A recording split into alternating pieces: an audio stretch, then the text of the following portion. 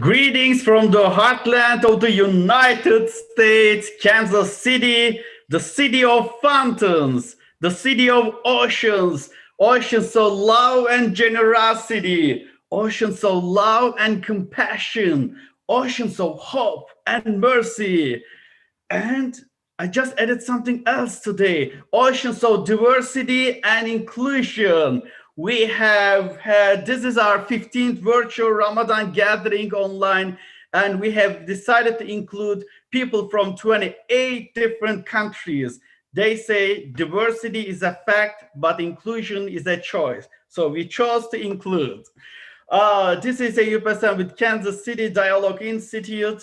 I'm very happy to be with you here today. We have friends from joining all around the world. Our host families joining from Uganda and Wichita, Kansas. Our keynote speaker, Cheryl Pearson from Houston, Texas. I don't know if she's still rooting for Houston Rockets, but I am for Golden State.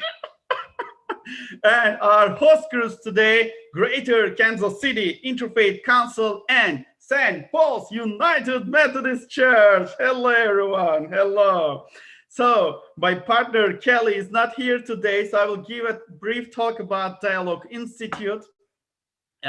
Dialogue Institute is a nonprofit organization promoting peace, dialogue, and mutual understanding, but in my own words, an organization trying to contribute to the global warming of hearts, to depolarize our world, inspired by Mr. Fethullah Gulen, who is an Islamic scholar, internationally and nationally recognized by different organizations. He famously says, ears are tired of listening, eyes want to see. So action man, action woman, that's what we need. That's what we are looking for. And people inspired by him has opened schools, charity organizations, and dialogue institutes in more than 160 countries.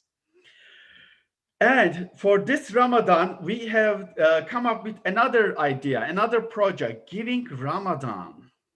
Giving Ramadan, what is Giving Ramadan? Inspired by Giving Tuesday, Giving Ramadan, we have 4 different projects. One is virtual food drive for local food bank harvesters.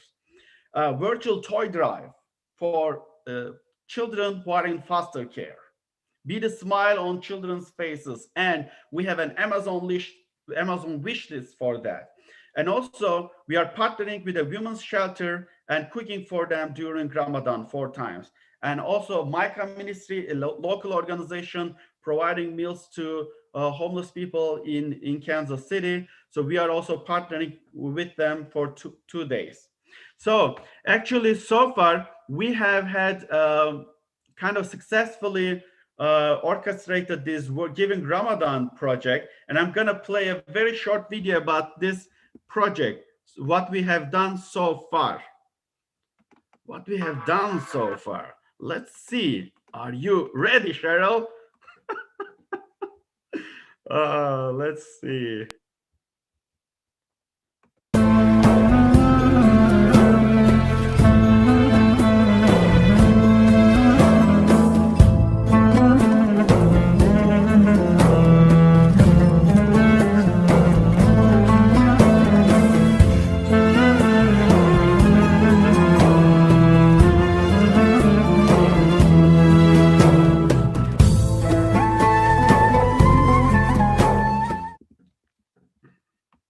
So we put the links for donations on our YouTube channel on the just in the comments if you are inclined to also help with that cause. So now as I said, we have two host organizations today, and the first one, Greater Kansas City Interfaith Council, and I'm going to read a short bio for Cynthia McDavid, and who will give a talk about the Interfaith Council. Cindy is a lifelong member of the Church of Jesus Christ of Latter-day Saints and has served in various community outreach roles for the church for over 11 years. She currently oversees community outreach for Northwest Missouri and Northeast Kansas. Wow. Professionally, she owned her own upholstery business for 20 years while raising her children. After additional education, she became a computer programming at DST Systems and later a project manager. She eventually became a technical project manager at Cerner Corporation, leading projects for a large Department of Defense contract. She is now retired from her career, but fills her time with family, church, and other volunteer service. She currently serves as chair of the Greater Kansas City Interfaith Council and as chair of the Alexander Donovan Community Service Award Committee. She and her husband, Bob, have 6 children, 21 great-grandchildren, and 3 great-grandchildren. And let's welcome great Cindy. Thank you, Ian. And I have to say that those grandkids and great-grandkids are just kind of the joy of my life. But it's a great pleasure tonight to represent the Greater Kansas City Interfaith Council as we join with our Muslim friends to celebrate the holy month of Ramadan.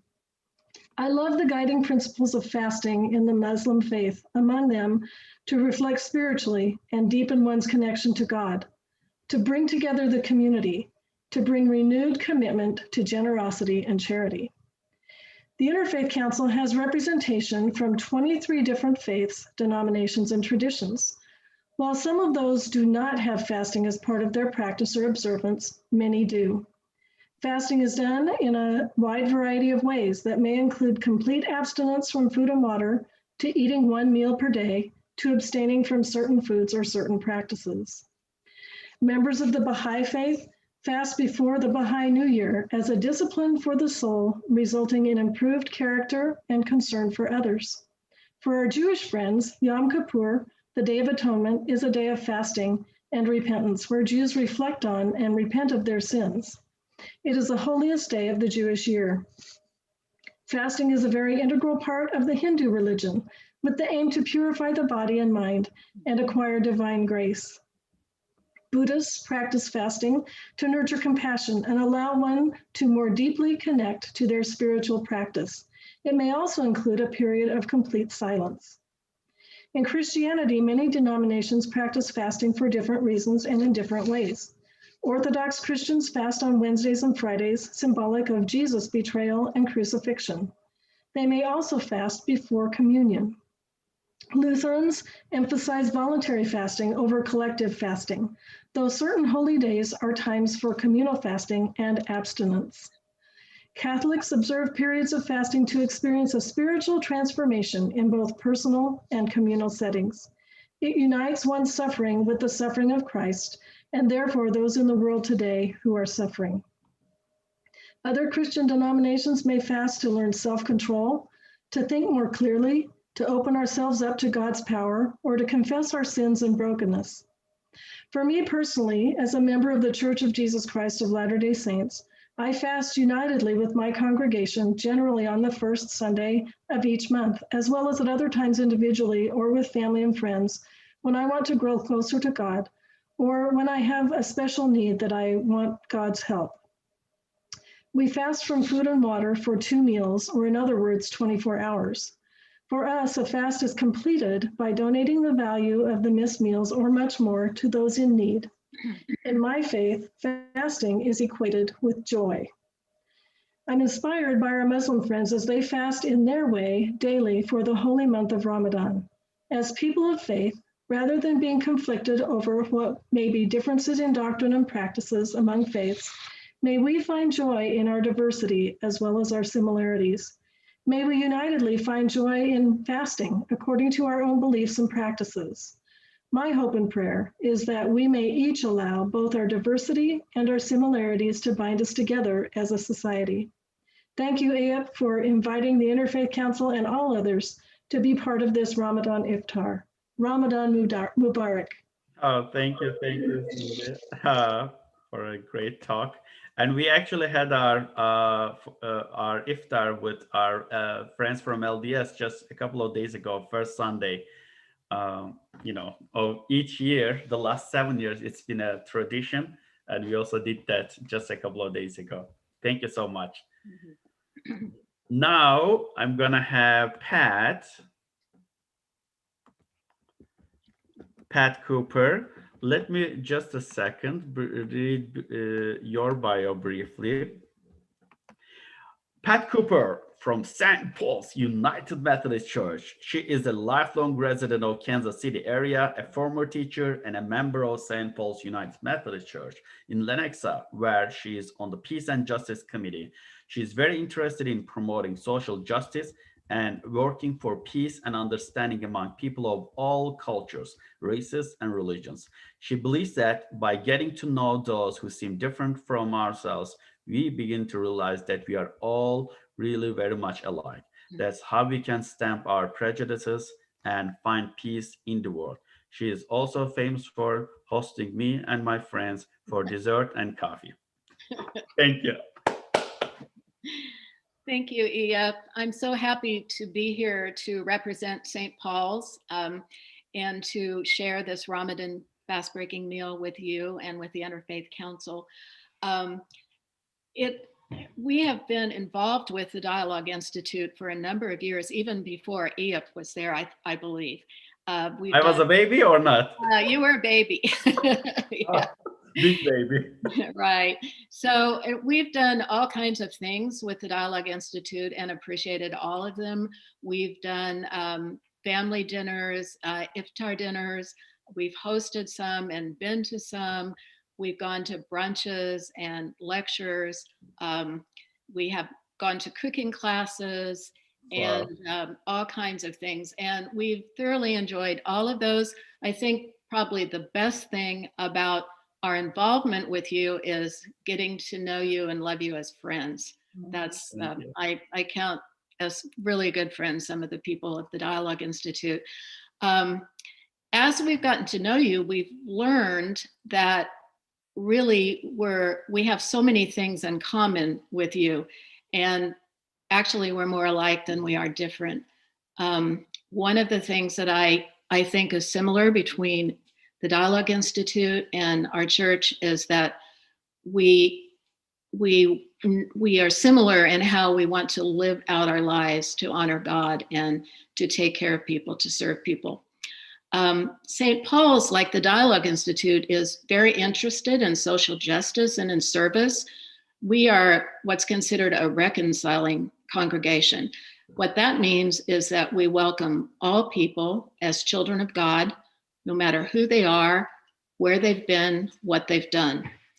Our mission is to love God and all others unconditionally, to learn and to seek answers for our questions, and to serve God by serving others. We try to actively practice our mission in a lot of activities. We've had anti-racism study groups, and we also participate in quite a few organizations that promote racial justice, LGBTQ plus equality, and organizations that support refugees, survivors of trafficking, for instance. We also work to stop homelessness and poverty and food insecurity with our church garden, with food drives that we have at least once a month, and with service at a local food kitchen. We've had blood drives. We have an adult autism support group. And just recently, we formed a group to work on legislative advocacy for poor and oppressed in our state. Again, we're so happy to share our values and our friendship with you. Thanks so much for inviting us. Thank you, Pat. It's a pleasure to have you. Now we will play videos of kids from Tanzania, and we will hear what they like about Ramadan, and then we will come back and have our keynote speaker. Assalamu alaikum warahmatullahi wabarakatuh. My name is Arif Hamad Masood from Tanzania. I am here to talk about why I love Ramadan. I love Ramadan because I get a chance to worship Allah, for all my sins to be forgiven, and I have another chance. Ramadan, it teaches me how the poor people feel and how can I help them in different ways. What's so special about Ramadan is I have a chance to worship Allah. Allah is my Lord, the Almighty. I will do anything for Him, even my own life I will give Him. And in conclusion, please be all Muslims around the world. If you can fast for 30 days, I congratulate you all. But if you can't, it's also okay. But I encourage you all to fast. Ramadan Kareem to you all. My name is Nasir Shamsun Yuma. I'm going to talk about what is so special about Ramadan and what I love about Ramadan. Well, what's so special about Ramadan is that I fast for the prayers of the mistakes what I did from the beginning until the past. And actually, for the second thing that what is so special about Ramadan is that I go to mosque so I can pray to Allah for forgiveness and for worshipness, so I can worship Him for all my sins and my mistakes what I did. And thirdly, what's so special about Ramadan is that we get a chance of breaking our fast and eating the dinners or coming as a family and being happy. And I love about Ramadan is about the families, the enjoyment, the food, and so many and a lot, as I hope you understand.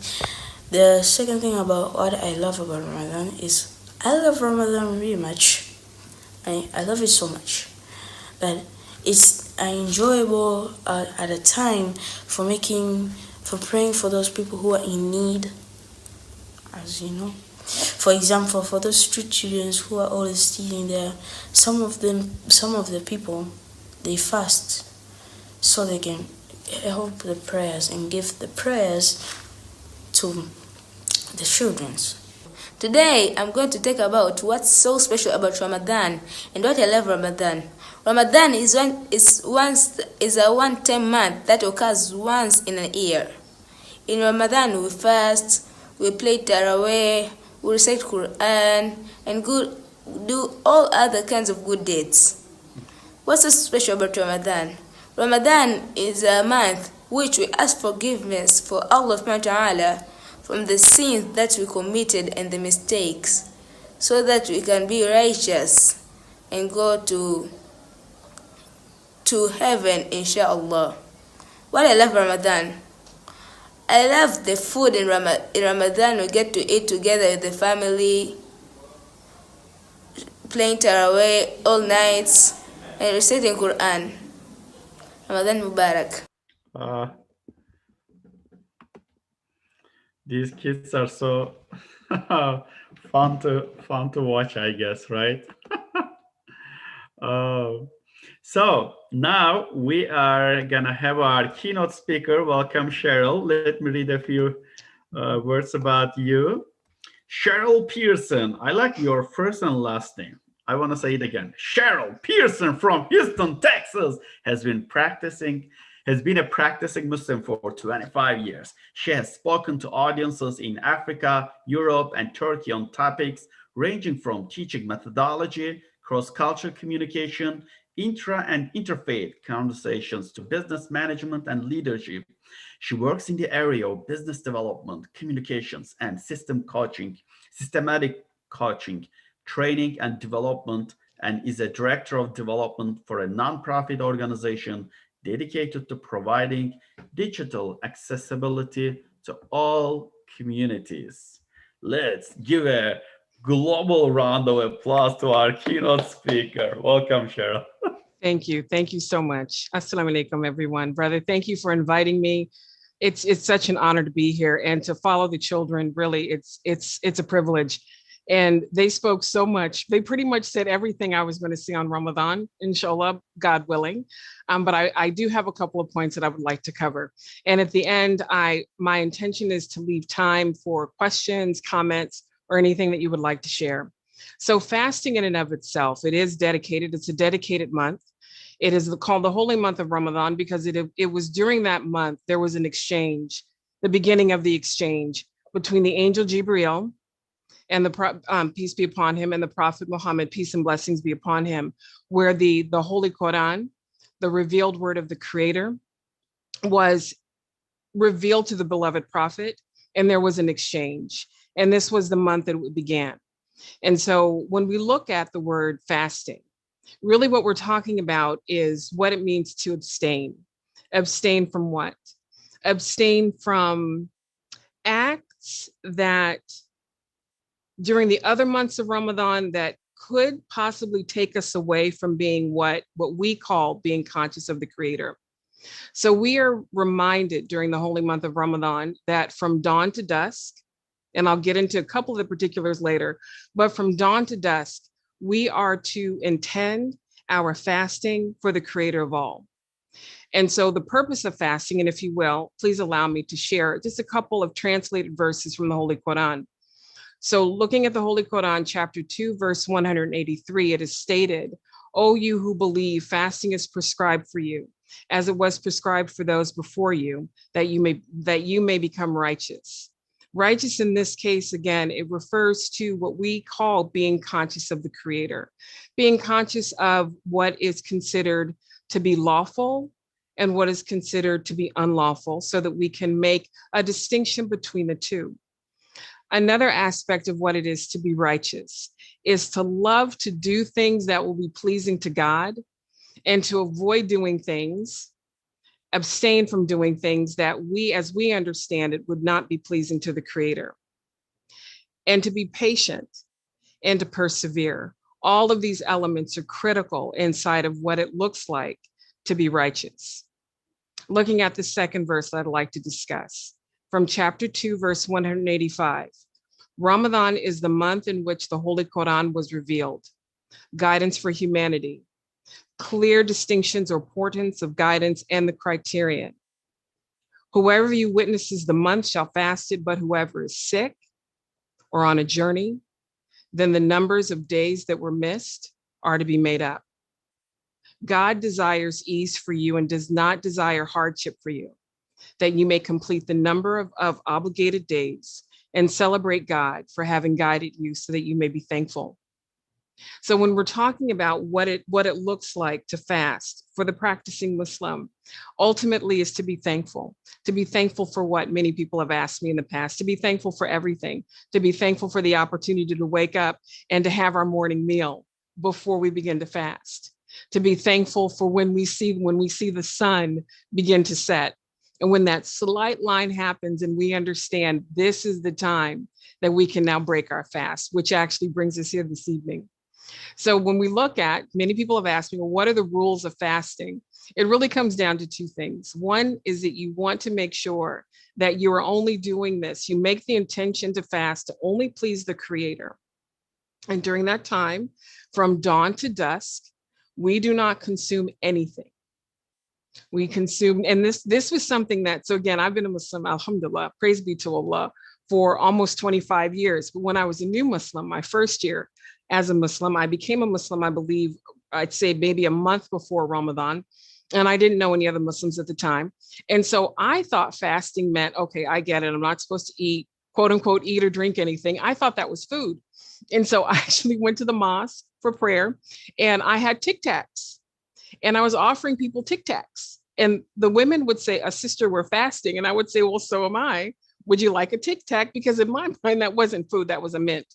And so I share this with you because it was a group of such loving sisters who said to me, sister, please put your Tic Tacs away.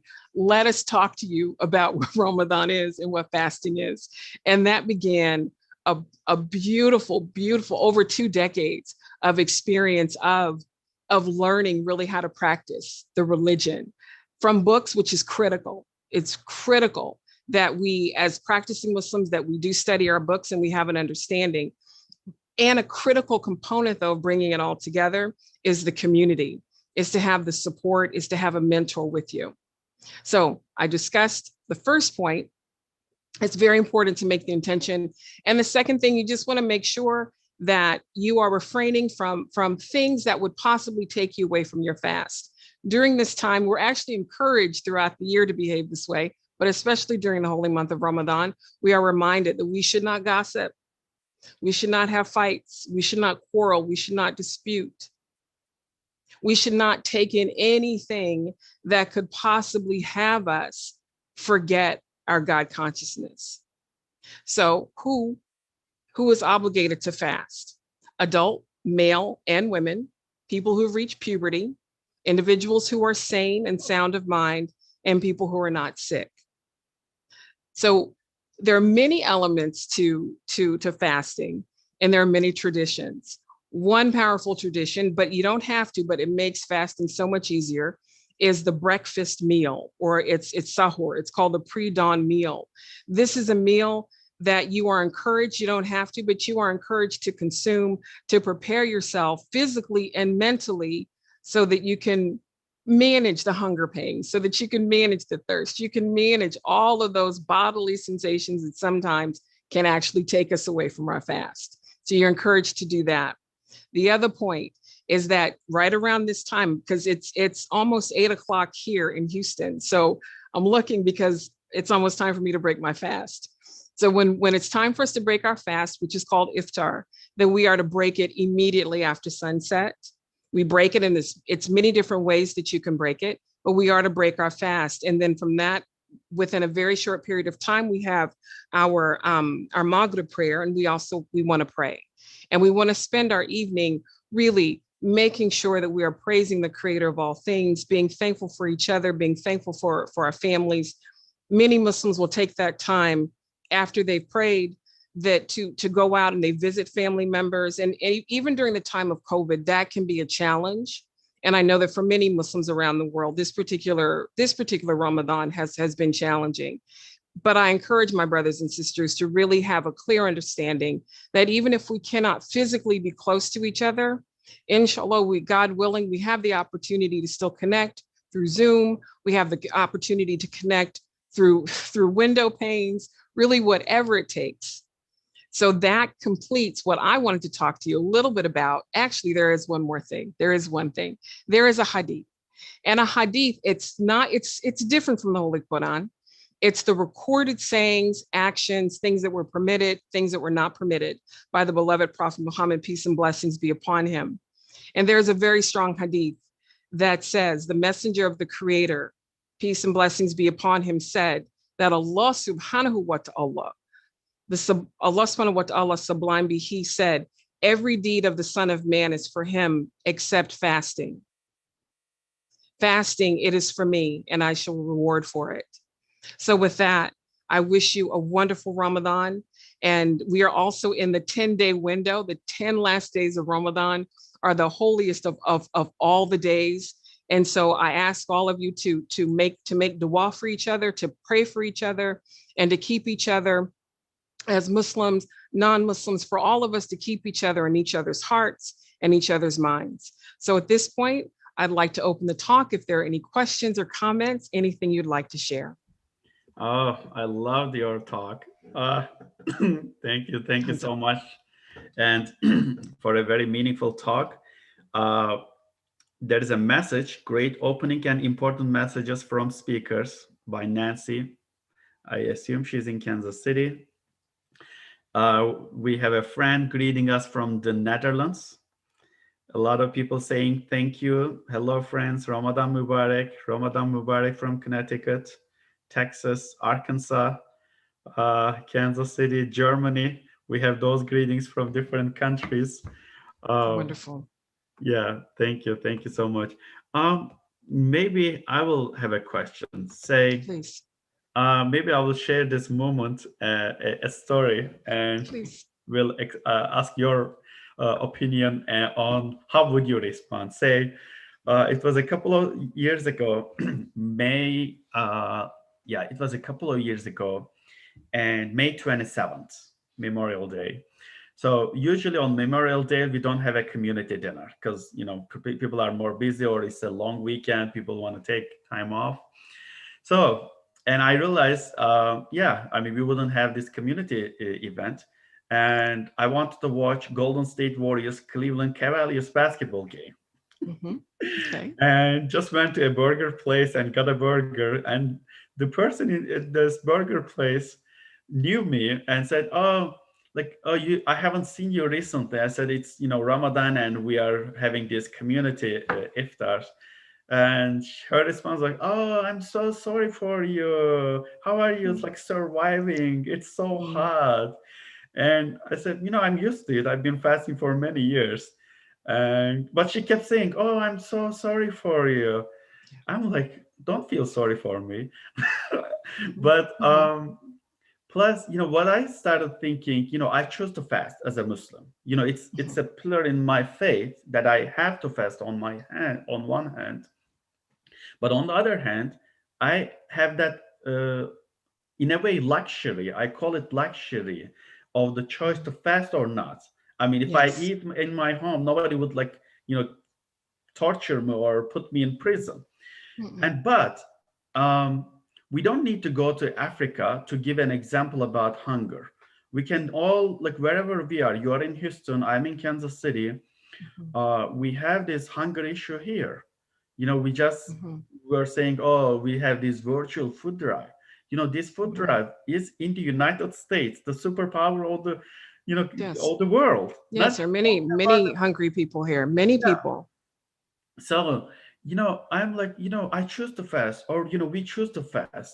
Hmm. I understand, like, to some people's like concern or they feel for us, but it's more a time of joy and solidarity and a time to give thanks to God on what we Hmm. have taken for granted.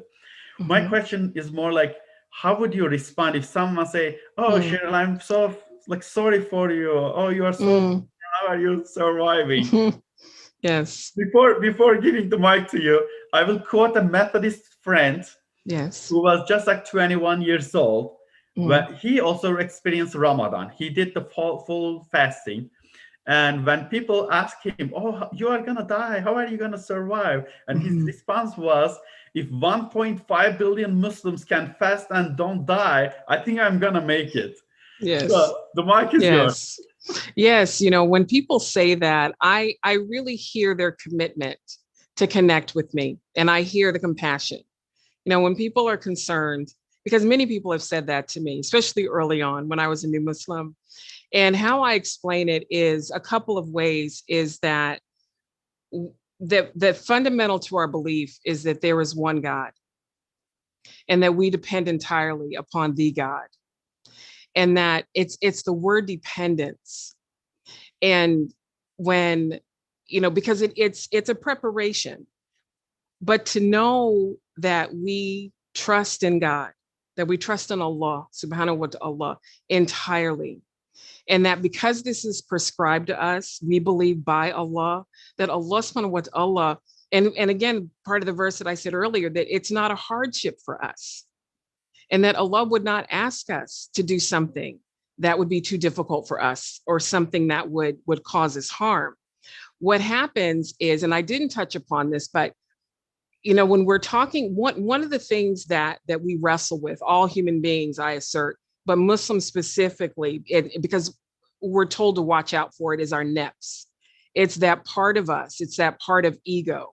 It's that part of us that wants to run amok, that wants to break the rules just to break the rules, and just doesn't care. It's that self-centeredness, right? And part of what fasting can do is that it begins to train the nafs, it begins to train the ego. That's really how I had to look at it from the very beginning, because my ego dictated what I did, not spirit. And so inside, so when my ego knows that I have no problem during this month, that you are not going to eat. You're not going to eat anything. You're not going to drink anything. You're not, and you're going to be happy. That's the other piece. That's what I left out. And thank you, brother, for reminding me. Part of what we are to do as part of our fast is to be happy about it. We can't be sad and, oh, I'm fasting. No, we can't. We actually are to be happy and thankful and grateful. And so to be able, if nothing else, to train, to discipline that part of us that is undisciplined in a very, very simple way to over a 30-day period, that in and of itself, if that were the only thing that we got out of it, that would make it valuable. Thank you so much. Mm-hmm. But kind of in a similar way, what would you say if someone says, oh, Ramadan is a boring month? How would you respond? I would say, what's boring about it? There's nothing boring about Ramadan. Explain more. To me, the most exciting thing, really, two things, is to prepare for breakfast, is to have the morning meal, and then to break the fast. And years ago, when I was a new Muslim, that women and I, we would get together and we would drive to each other's homes before dawn, and we would have our sahur, we would have our breakfast meal together, and then we would pray. And then we were home like very, very early. And I remember traveling when I would drive, and we all felt the same way. It felt like we were flying. It felt like we were just like flying. It was just so easy to get there. And so there's absolutely nothing boring about Ramadan. There's so many amazing things about it. And if someone tells you that it's boring, send them to me. I'd love to have a conversation with that person so we can talk about it, because it's amazing. It's amazing. Yeah. And I just found out today that you are founding kind of members of the Interfaith Institute of Interfaith Dialogue in Houston, Texas. Yes. So it's been about 20 years. Yes. Would you share any memorable interfaith Ramadan experience in Houston? Oh, yes.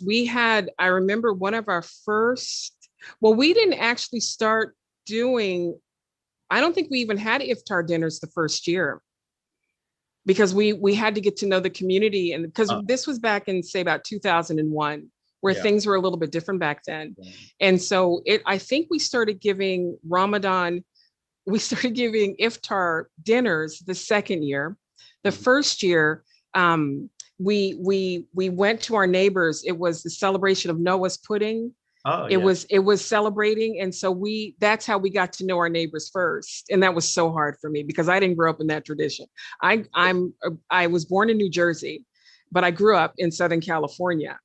And so I wasn't accustomed to going to my neighbors, people I didn't know, with food. That was not easy for me, but that's really how we started. But then when we started out very, very small, we only had a few families who would attend, but it grew. And so, brother, I mean, really, alhamdulillah, to all praise and glory to Allah subhanahu wa ta'ala, to see this event live stream now. I didn't foresee that back in 2001. Right. And so to be here is it's such an honor. It truly is. Same for us. You talk about Noah's pudding. Yes. I wasn't sure like how people would kind of react to that Noah's pudding. You know, it's a very good dessert. Yes. One of the funniest comments that I got about Noah's pudding was, one guy told me, I'm not sure if Noah really had that much sugar back then. Yes, there's a lot of sugar in that dessert. There's a lot of things in that dessert, but there was a lot of sugar for sure. Yeah, for sure. Oh, thank you so much. Now it is almost iftar time in Kansas City. And today we are gonna play a video of an imam. Actually, you probably know Cheryl. This time it's Nihat, Imam Nihat. Yes, from mashallah. And also you will see the translation of the adhan, call to the prayer.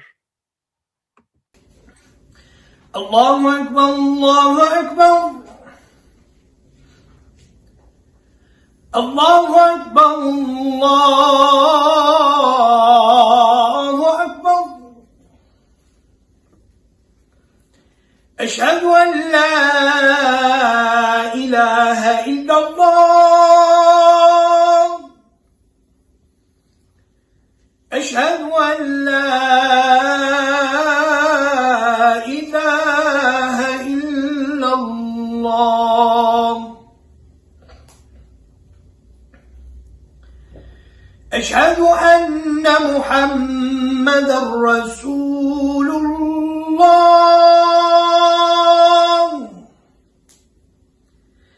أشهد أن محمدا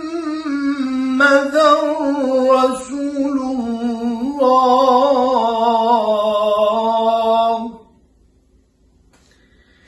حي على الصلاة.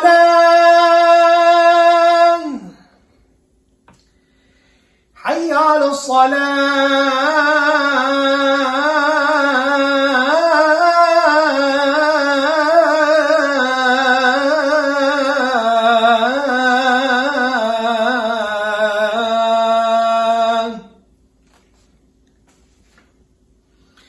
حي على الفلاح.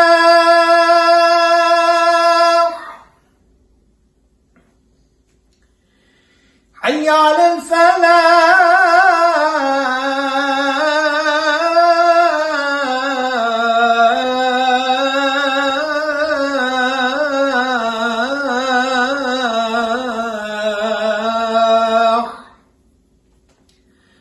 الله أكبر،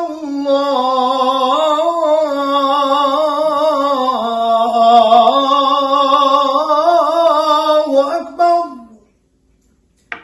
لا إله إلا الله.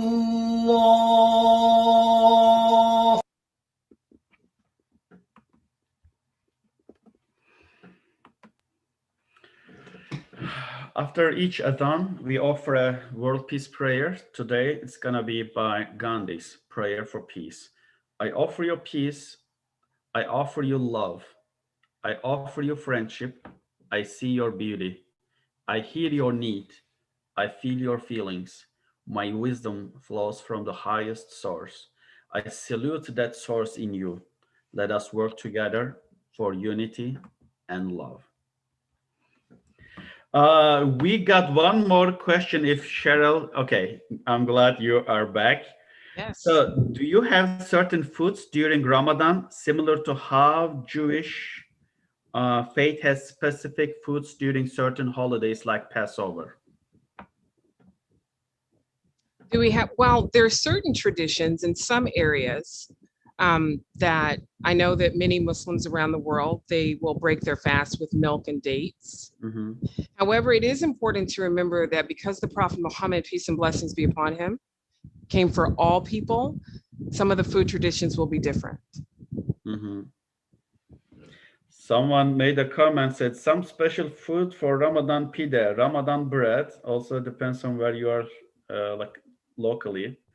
Yes. That is in Turkey, not just, I guess, culture definitely plays a big role. It is. It's different. It's very, very different. And as long as, you know, there are different dietary responsibilities for Muslims. Personally, I eat halal meat. I eat zabiha meat. But sometimes, like, you know, in fact, we're having an iftar for American Muslims, and, you know, everyone's invited, but I always have a special night for American Muslims, and we have their halal, but we have burgers and fries and milkshakes. That's what we do. Now, but here's the thing, because we're getting a little older, we don't feel so great the next day, but we, you know, that's how we grew up. You know, that's how we grew up. So as long as it fits within the, you know, the dietary standards, then it's you want to celebrate your culture. It's You know, very Cheryl, important. I still haven't tried milkshake and burger combo. Would you recommend me? You know, I do, but it just health wise, it's a lot. Not just Ramadan, but I cannot like imagine combining both. But I see a lot of my American friends are doing that, and it's an Yeah, American tradition. brother, it's not, it's a burger, milkshake, and French fries. Okay, It's a lot. It's a you lot. twisted my arm. I know, but because I grew up with it, it's no big deal for me. But I also have to watch my weight and my health. And so I don't do that very often. Not anymore. Because of your great recommendation, I am giving you this virtual gift. Oh, mashallah. Thank you so much, Abi. That's beautiful. I Thank appreciate you. that. Thank you. Thank you. Thank you so much Alhamdulillah. for your Thank you. talk, for your time. Thank you. And now, what are we doing? Actually, let's, we heard about you talking about Ramadan, giving us a very, great picture, overall picture. But let's hear just briefly from a doctor, Dr. Johnston from Trumal Medical Center, Kansas City, who will just briefly talk about the health benefits of fasting. Then we are going to connect to our families, the first family, Baruch family from Wichita. Hi, this is Dr. Johnston, and I'm going to talk to you today about 8 health benefits of fasting, backed by science. The first one is that fasting promotes blood sugar control by reducing insulin resistance. Fasting also promotes a better health by fighting inflammation. It also may enhance your heart health by improving blood pressure control, triglyceride, and cholesterol levels. Fasting also may boost your brain function and prevent neurodegenerative diseases. Fasting also aids in weight loss, and it does that by limiting caloric intake as well as boosting your metabolism. Fasting also increases growth hormone secretion, and that's vital for growth, metabolism, weight loss, and also muscle strength. It could also delay aging and extend longevity. And lastly, fasting may aid in cancer prevention and also increases the effectiveness of chemotherapy. Wow. He covered all the 8 benefits of fasting in 49 seconds. I love that. So now, Barut family. Can we have Barut family from Wichita? Lutfiya, Esra, and Mehmet. You can turn your camera on now. Yes. Greetings. Hello, hello, hello. Hello, how are you all? It's good to see you. Thank you. It was really nice talk, everyone, especially Cheryl. I love your, can you hear us? You may need to get closer to the mic. A little bit more, please. A little bit higher. It is hard. Yes, good now. Yes. Okay, good. So everyone said really nice things about Ramadan. Ramadan, it means a lot to us as all Muslims, and especially Ramadan for me. It feels like a home. Like always, I remember my days in back home. It gathers families together. It makes us close, and the main thing that we pray together in Ramadan, Taraweeh. Mm-hmm. We break our fast together. It's a great feeling, and I always remember like my mom's, how she making me get up for sahurs, the time that you get up in the middle of the night and making you get up and eat. I always remember those times. It's a great blessing. It's Ramadan. It's a great thing for the family that we always like eat together, break our fast together, make a lot of prayers and du'as. And yeah, in Ramadan also it's a great opportunity that I feel like it's an opportunity that you gain the most deed as much as you could. Mm-hmm. In such a short time that you can gain versus so many months or so many years. This is that I feel like it's a really good way to gain those deeds from Allah and ask Allah His mercy and all that. And also inviting friends and families. When we were back home in Turkey, we would invite all family. We have such a big family, now here our friends are like our family. It's because of the COVID lately we didn't get a chance, but this year we kind of started inviting, and we were like, no, I'm gonna invite first. No, it was like great to have friends, families, friends, and neighbors to come over for Iftar. Those are all great feelings. Are you also inviting people who are watching us to your home? No. We can come to your home for dinner or something else. Oh, sure, anytime. Yeah. Anytime. Yeah, we do. And yeah, this is Yes. Ramadan is Yeah. Just to mention that your home kitchen is like a buffet. So 25 different food items you might find in their home. So they might say, oh, we don't have much food. They are not much food means like 10, at least 10 different items. So it's like a food fest for us. Thank you so much. Thank you. And Yes. and my daughter Esra, they have came to visit us, see if they can work from home.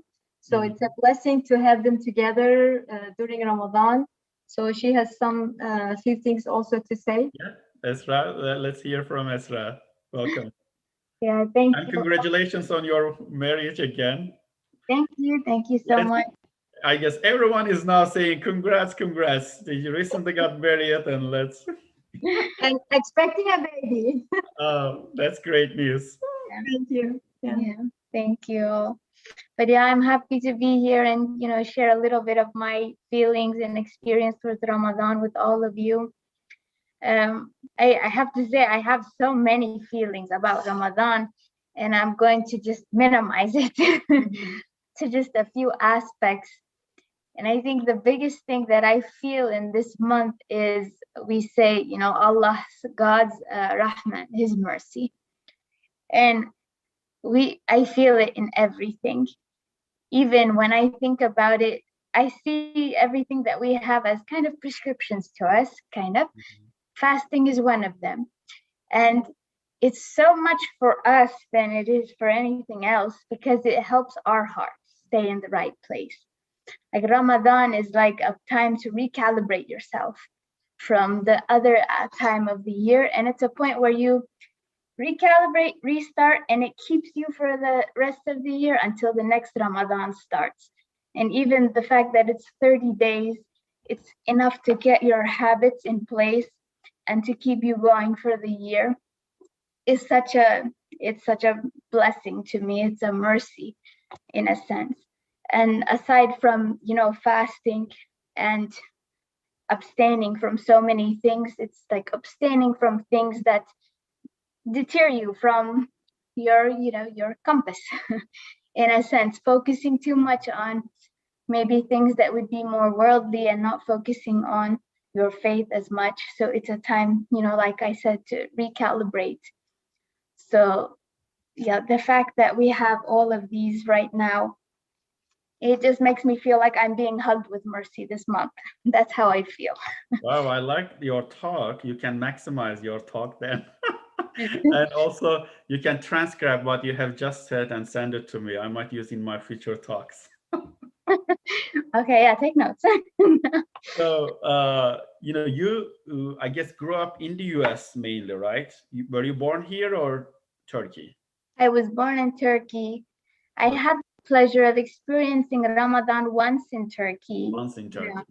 Yeah, kind of how my mother is saying, in Turkey on the streets during the sahur time, Yes. to wake you up in the middle, they have drums that they beat. Oh. Yeah, I was able to, experience that, go to the mosques in Turkey. I'll say like experiencing Ramadan and even the faith in Turkey versus in America is so much different. I think I'll say a big positive is growing up here, I have so much more pride in what I come from and what I am because, when you're so immersed in it, like in Turkey, there's a mosque everywhere, every 2 feet. When you're so immersed in it, sometimes you can forget the value of it.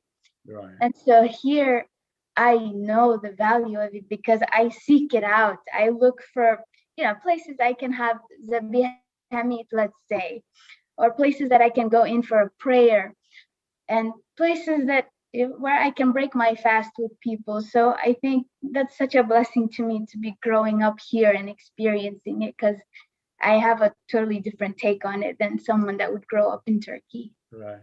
And you mentioned the drummers in Turkey. Yeah. So for our American friends who may not be familiar with that culture, could you explain what that is about? And also, what would happen if someone plays that drum in the US? At 2 a.m. At 2 a.m. Well, if someone did that here, you'll get noise complaints. Even in the apartments, you get noise complaints from your pitter patter. So definitely you get noise complaints. But yeah, the drummers we call them davulcus in Turkey, and they have these very big drums, and they walk down the streets to wake everyone up for the middle of the night eating, sahur. It's actually, we call it a sunnah, so practices that our Prophet did, sallallahu, peace be upon him. And that's why they do that practice, to waking up the people for sahur to get up and eat. Yeah. Right. It's thank you so much. We are very happy to have you with us today. And now we are flying to Uganda, Brother Isa and his family. Would you join us, please?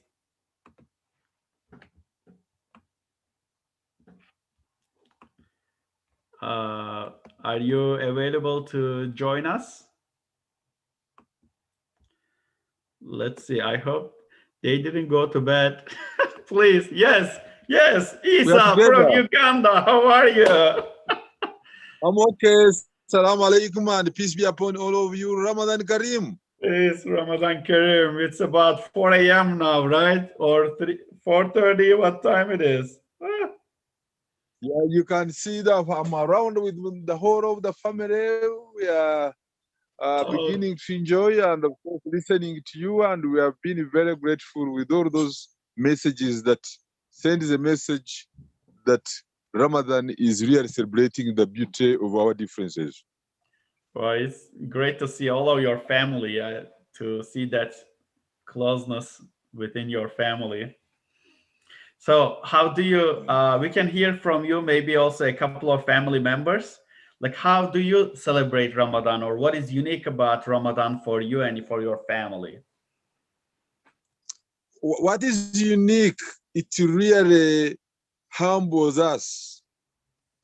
When we see neighbors coming to celebrate with us during Iftar, when we see neighbors bringing us gifts, you realize that that is another special way of recognizing the greater good that Ramadan commands.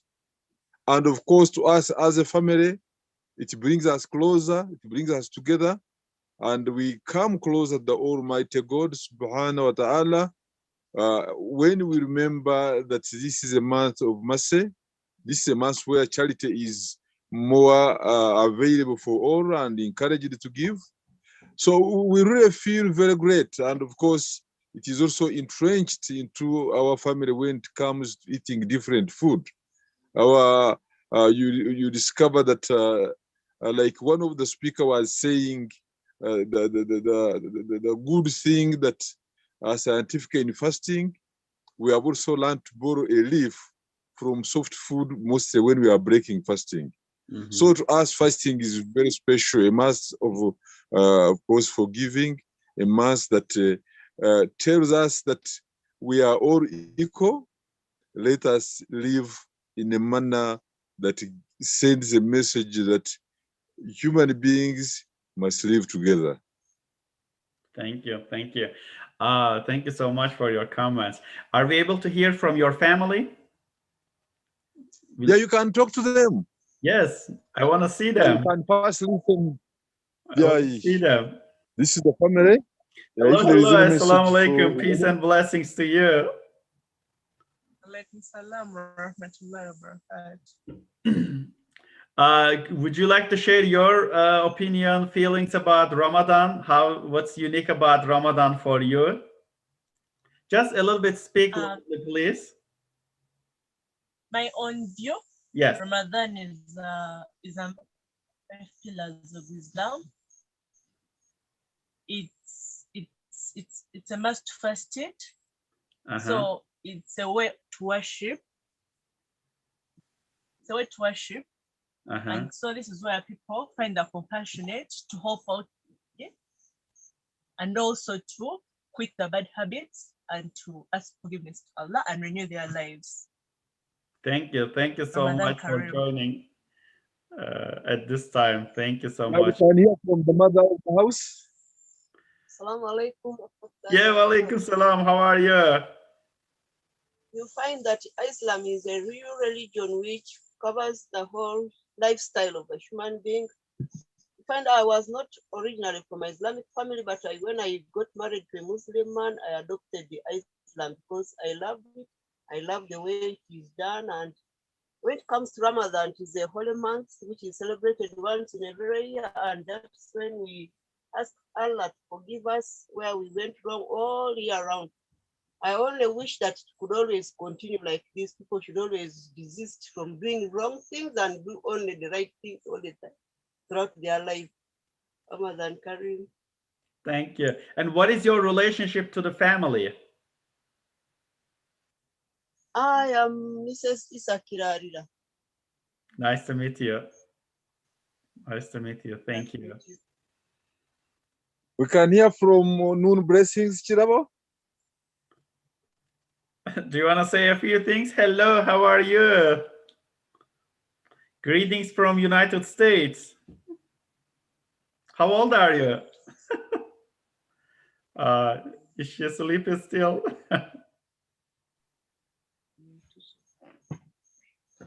Hello. Hey. How are you? I'm fine.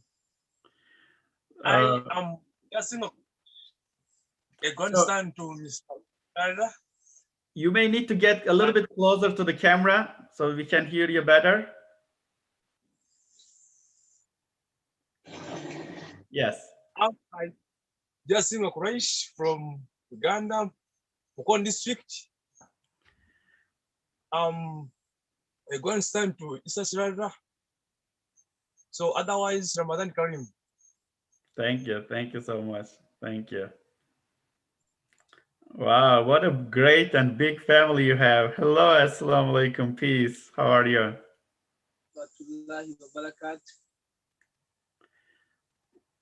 You know, in Africa, yes, we believe in being available for extended family. And this family, as you have seen us here, we have got two people who of other faith, but who really enjoy the holy month with us. Thank you. Thank you. Yeah, you have a beautiful family. Yeah, so like Kudra was saying, my daughter, Ramadan is like a seminar where you learn, and after learning, you go out in the communities, in the world, and of course, people start practicing what they have learned, all the good that they have learned within that seminar. So the lessons we learn from the holy month of Ramadan, it is our duty, of course, to practice them, not only tomorrow, not only after Ramadan, but for other years that comes. And of course, the beauty of Islam always brings Ramadan to remind us what we should do to make the world a better place for all of us to live in. Wow, thank you so much for the great message. And we love your family. Thank you for your time at this, 4 a.m.-ish in Uganda. Now, we can have everyone back on the camera, our speaker, the host families, our host groups, to say greetings, farewell greetings to our audience. So thank you so much for being part of this journey. Our friends, families joining from 28 different countries. To reiterate, just the last announcement again to remind, Giving Ramadan Project We have 4 different projects within this concept. Virtual food drive for harvesters, virtual toy drive. We are partnering with Cornerstones of Care and partnering with Women's Shelter, Relentless Pursuit, and also Micah Ministry to help the less fortunate ones in the community, and put the links on the chat box on YouTube.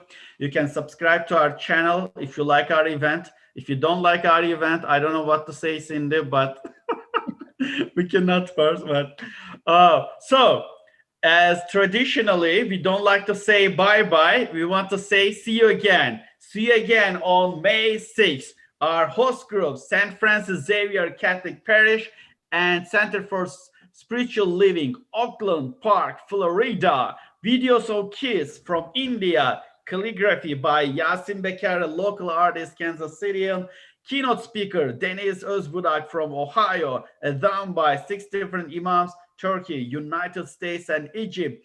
Families will join us from United Kingdom and South Africa. Ramadan Mubarak, Ramadan Kareem, happy Ramadan.